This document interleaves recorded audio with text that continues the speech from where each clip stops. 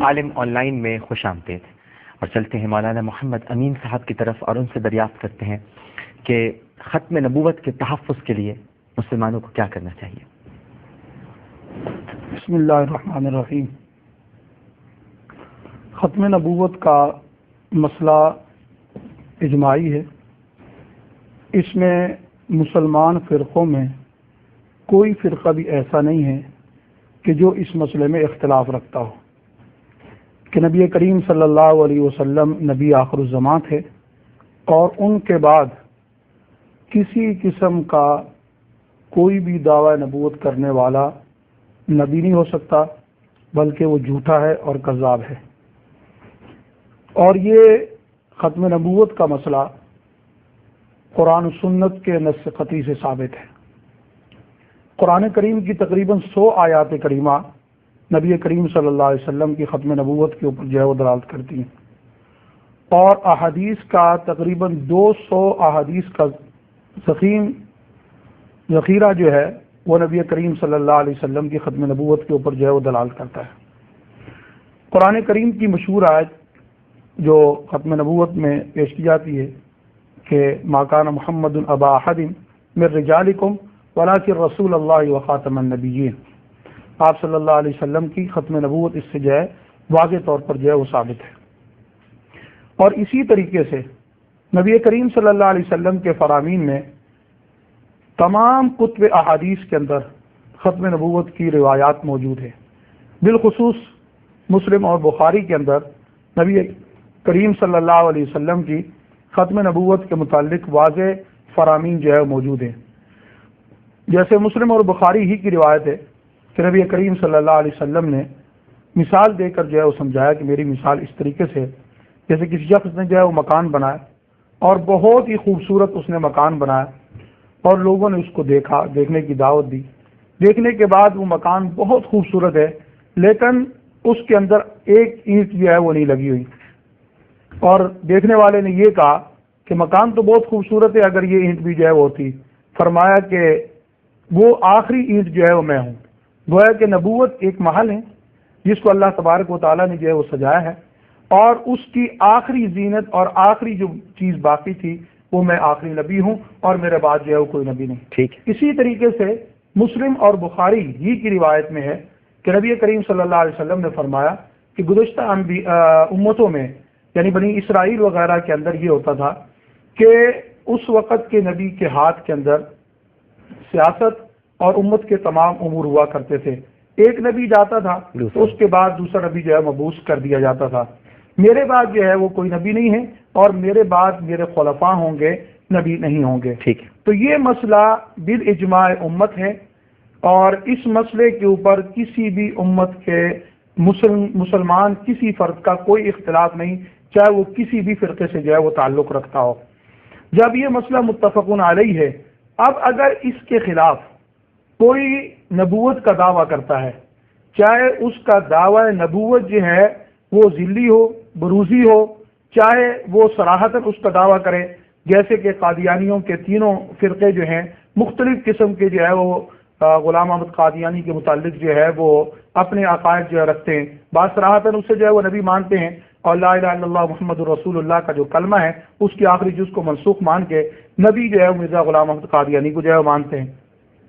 اور دوسرا فرقہ یہ ہے کہ اس کو ذلی اور بروزی جو ہے وہ نبی مانتا ہے۔ ذلی اور بروزی اصل میں یہ عقیدہ جو ہے، چونکہ ہندوستان میں رہنا یہ قادیانی، تو ہندوؤں کے اندر ایک ارگون کا عقیدہ ہے کہ روحیں جو ہے وہ لوٹ کر آتی ہیں، پلٹ کر آتی ہیں، اور وہ تماثل جو ہے وہ بدلتے رہتے ہیں۔ تو وہ یہ کہتے ہیں کہ اسی طریقے سے نبی کریم صلی اللہ علیہ وسلم کی روح جو ہے وہ دنیا کے اندر لوٹ کر آئی ہے، اور ان کی ذلی اور بروزی جو ہے وہ نبوت جو ہے وہ مجھے جو ہے وہ دی گئی ہے۔ تو جو بھی اس قسم کی، چاہے وہ صراحتاً نبوت کا دعویٰ کرے یا یہ ہے کہ وہ ذلی طور پر نبوت کا دعویٰ کرے، بالاتفاق امت جو ہے وہ کافر ہے۔ ٹھیک، بالکل۔ اور یہاں تک کہ فتاوی عالمگیری کے اندر یہ بات لکھی گئی ہے کہ اگر کوئی شخص اپنے آپ کو رسول کہے، اور رسول کے دیکھو ایک تو معنی ہے کہ جو اللہ کی جانب سے فرستادہ نبی ہوتا ہے، اور عربی کے اندر رسول اس کو بھی کہا جاتا ہے کہ جو کسی کا پیغام لے کر جو ہے وہ دوسرے کے پاس جو ہے وہ جائے۔ تو اگر کوئی شخص اپنے آپ کو رسول کہے اور جب اس سے وضاحت مانگی جائے تو وہ یہ کہے کہ میری مراد یہ نہیں ہے کہ میں اللہ کا نبی یا رسول ہوں، بلکہ میرا مقصد کہنے کا تو یہ ہے کہ میں ایک پیغام دینے والا جو ہے وہ آدمی ہوں، تو اس کو بھی فتاوی عالمگیری کے اندر کافر کہا گیا ہے۔ ٹھیک ہے، کہا کہ کیوں؟ اگرچہ یہ اصطلاحی طور پر اپنے آپ کو نبی نہیں کہہ رہا، لیکن اگر اس طریقے سے ہر آدمی کو یہ اجازت دے دی جائے کہ وہ اپنے آپ کو جو ہے وہ رسول کہے، تو ایسی صورت کے اندر تعویلات کے جو ہے وہ دروازے کھل جائیں گے اور ختم نبوت کے اوپر جو ہے وہ زد آئے گی۔ اور جو شخص ختم نبوت کا جو ہے وہ دعوے دار ہو امت بالاتفاق امت، وہ کافر ہے اور واجب القتل ہے۔ اور اس کے اوپر جو ہے بے شمار امت کے افراد جو ہے اس بات پر متفق ہیں، جیسے کہ ابن حیان نے جو ہے واضح طور پر یہ لکھا ہے کہ جو شخص جو ہے وہ نبوت کا دعویٰ کرے، یا بلکہ انہوں نے تو یہاں تک بھی لکھا ہے کسی ولی کو نبی سے افضل مانے، وہ ہمارے نزدیک واجب القتل ہے۔ اور اسی طرح قاضی ایاز رحمۃ اللہ علیہ نے بھی شفا کے اندر اسے جو ہے وہ واجب جو ہے وہ قتل جو ہے وہ قرار دیا ہے۔ اور پھر ایسے کو نبی کریم صلی اللہ علیہ وسلم نے دجال اور کذاب جو ہے وہ کہا ہے، اور ایسا شخص جو ہے وہ واقعتاً اپنی ہی جال کے اندر جو ہے وہ پھنس جاتا ہے۔ میں ایک دو اگر تھوڑی سی بات غلام احمد قادیانی پہ بھی جو ہے وہ کرنا چاہتا ہوں کہ نبی کریم صلی اللہ علیہ وسلم کے ہمارا ایمان ہے کہ آپ صلی اللہ علیہ وسلم کے جملہ فرامین سچے ہیں، اور آپ نے اپنے بعد کسی کو دعوی نبوت کرنے والے کو کذاب اور دجال کہا ہے، دونوں مبالغے کی صیغہ استعمال کی ہیں۔ کذب جھوٹ کو کہتے ہیں، بس اسی کا مبالغہ کذاب کہا ہے کہ بہت زیادہ جھوٹا اور بہت زیادہ جو ہے فریب دینے والا۔ اور جتنے بھی مدعیان نبوت آئے ہیں، اگر آپ ان کی ہسٹری پڑھیں، ان کی تاریخ پڑھیں، تو پتہ یہ چلے گا کہ وہ اپنے ہی دعووں کے اندر اتنے زیادہ جھوٹے ہیں کہ خود اللہ کی لعنت تو ان پر ہے، لیکن خود انہوں نے اپنی زبان ہی کے ذریعے اپنے اوپر لعنت کی ہے۔ اس پر جو ہے میں ایک مثال جو ہے وہ قادیانی کی دوں گا کہ جیسے کہ غلام احمد قادیانی نے یہ لکھا کہ قرآن کریم کے اندر جو ہے وہ 3 شہروں کا ذکر ہے، ایک مکے کا ذکر ہے، ایک مدینے کا ذکر ہے، اور اسی طریقے سے ایک قادیان کا ذکر ہے۔ پوری امت مسلمہ اس بات کو جانتی ہے کہ مکہ اور مدینہ تو صراحتاً قرآن کریم میں ہے، لیکن کہیں بھی قرآن مجید کے اندر جو ہے وہ قادیانی کا ذکر نہیں ہے۔ اچھا، اس کے بعد پھر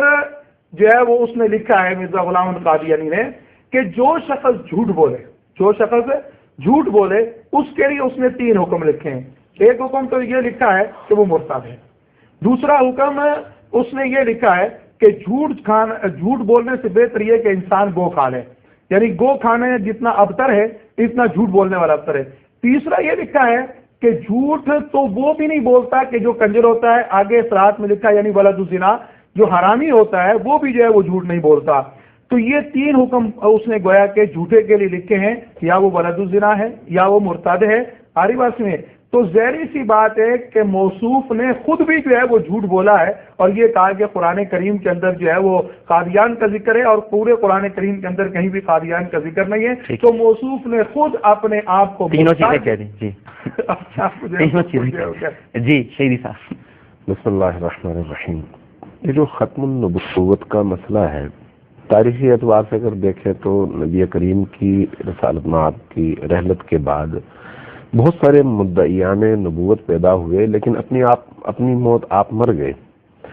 آج کے دور میں تھوڑی سی صورتحال بدلی ہوئی ہے۔ آج اصل میں مسلمانوں کی قوت کو کمزور کرنے کے لیے، مسلمانوں کی اس وحدت کو توڑنے کے لیے، مسلمانوں کے اندر جو امت کا تصور ہے اس تصور کو توڑ کر انہیں مختلف قسم کے پریشان کن افکار میں گرفتار کرنے کے لیے مغرب میں بہت سوچا،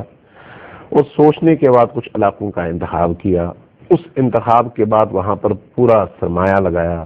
ایسے افراد کو ڈھونڈا جن کے ذریعے سے اس علاقے میں بسنے والوں کے عقائد اور ان کے دینی مقدسات کو نشانہ بنایا جا سکے، اور اس طرح سے انہیں آپس میں دست بگریمہ کیا جا سکے۔ قادیانیوں کا جہاں تک تعلق ہے، جس طرح سے ایران میں ہوا، محمد علی باب کو اٹھایا گیا، اسی طرح سے بعض اور علاقوں میں، تو برصغیر میں کیونکہ یہاں پر مسلمان جذباتی ہیں اور دین سے ان کی اٹیچمنٹ معقولیت سے زیادہ جو ہے جذباتیت کی حد تک موجود ہے، اس لیے اس کا استحصال کرنے کے لیے ایسے فرد کو اٹھایا گیا جو ان کا اپنا گماشتہ تھا، ان سے پیسے لیتا تھا، اور مسلمانوں کے اندر اختلاف کا بیج اس نے بویا۔ بہرحال یہ عقیدے سے زیادہ سیاسی مسئلہ میں اس کو سمجھتا ہوں، چونکہ عقیدتی حوالے سے تو جب جیسے مولانا نے فرمایا کہ خاتم النبیین جب آپ کہتے ہیں تو خاتم اصل میں انگوٹھی کو کہا جاتا ہے، اور پرانے زمانوں میں جو خطوط لکھے جاتے تھے حکمرانوں کی طرف سے اس کے اوپر انگوٹھی کی مہر لگتی تھی۔ خاتم النبیین کو خاتم اسی لیے کہا گیا کہ نبوت کے آخری سردار نبی کریم ہیں اور تمام تر فضائل کا مرقع اور مجموعہ ہے، اور ان کے بعد یہ باب بند ہو چکا ہے اور مہر لگ چکی ہے۔ اب جو بھی اس طرح کا کوئی دعویٰ کرے گا وہ کذاب بھی ہے اور واجب القتل بھی ہے تمام امت مسلمہ کے مستند علماء کی نظر میں۔ اس میں کوئی بحث اور کوئی گفتگو کی گنجائش ہے ہی نہیں کہ آپ اس میں عقیدتی بحث کریں کہ کیسے ہو سکتا ہے اور کیسے نہیں ہو سکتا۔ یہ ایک بالکل صراحتاً ایسی بات ہے جس پر سب نے مہر لگائی ہے، لیکن ہے یہ مسئلہ